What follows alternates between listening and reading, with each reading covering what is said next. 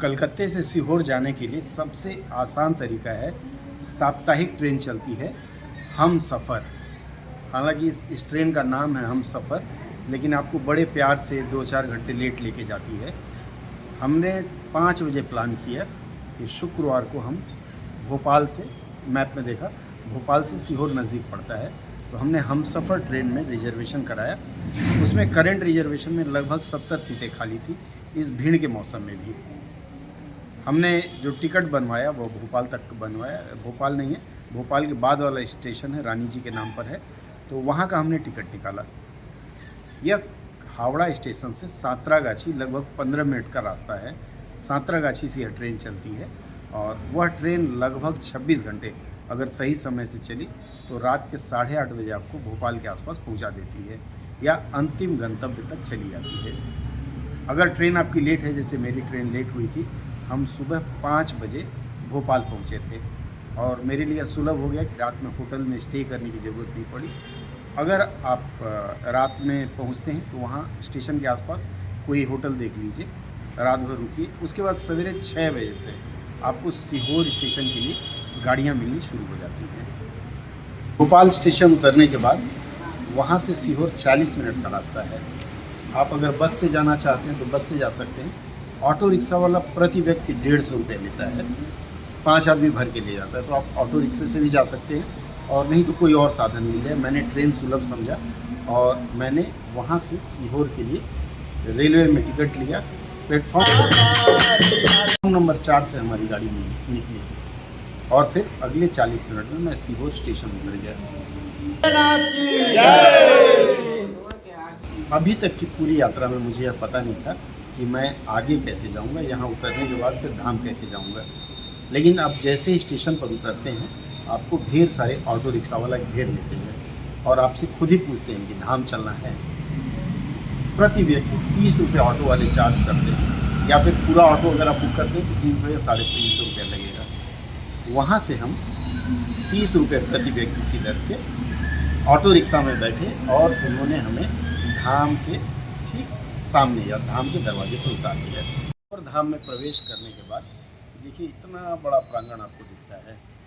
आप जैसे ही घुसते हैं आपके दाहिनी तरफ जो नया शिवलिंग या फिर कह लीजिए शिव मंदिर बन रहा है, उसके देखिए साक्षात दर्शन करिए।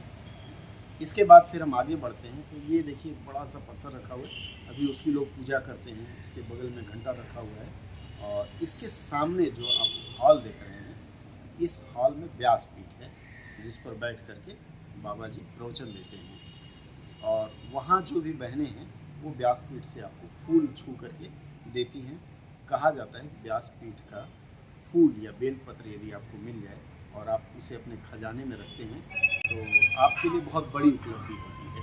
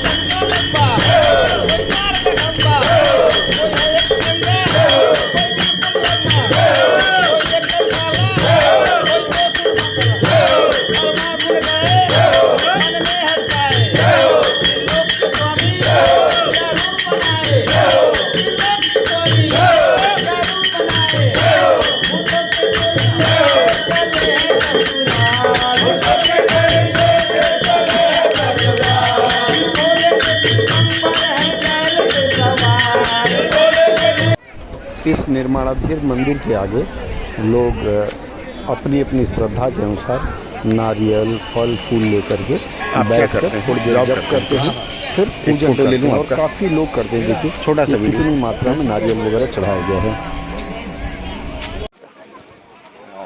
नाम बताएं। प्रवीण कुमार। आप रिपोर्टर तो नहीं कुछ? नहीं, कभी कभी शौकिया वीडियो बना लेता हूँ। मैं प्रवीण जी से मिल रहा हूँ। प्रवीण जी भोपाल से हैं और मुझे भी मार्ग दिखाएंगे क्योंकि मैं पता ही है कलकत्ता से आ रहा हूँ।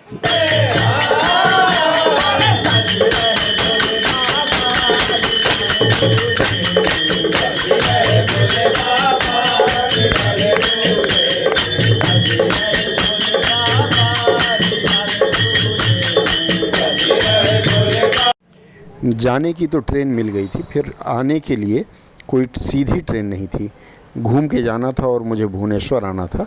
तो मैंने इंडिगो की फ़्लाइट बुक की भोपाल से भुवनेश्वर के लिए। सीधी फ़्लाइट नहीं है, मुझे वहाँ से दिल्ली ले गई और दिल्ली से फिर अगली सुबह, दिल्ली रात भर ले डाउन रहा या ले ऑफ रहा, और अगली सुबह फिर मैं यहाँ के लिए चला। जुड़े रहिए हमारे साथ, फिर अगले किसी धाम में पुनः मिलते हैं और उसकी यात्रा का विवरण आपको देते हैं। तब तक के लिए श्री शिवाय नमस्तुभ्यम।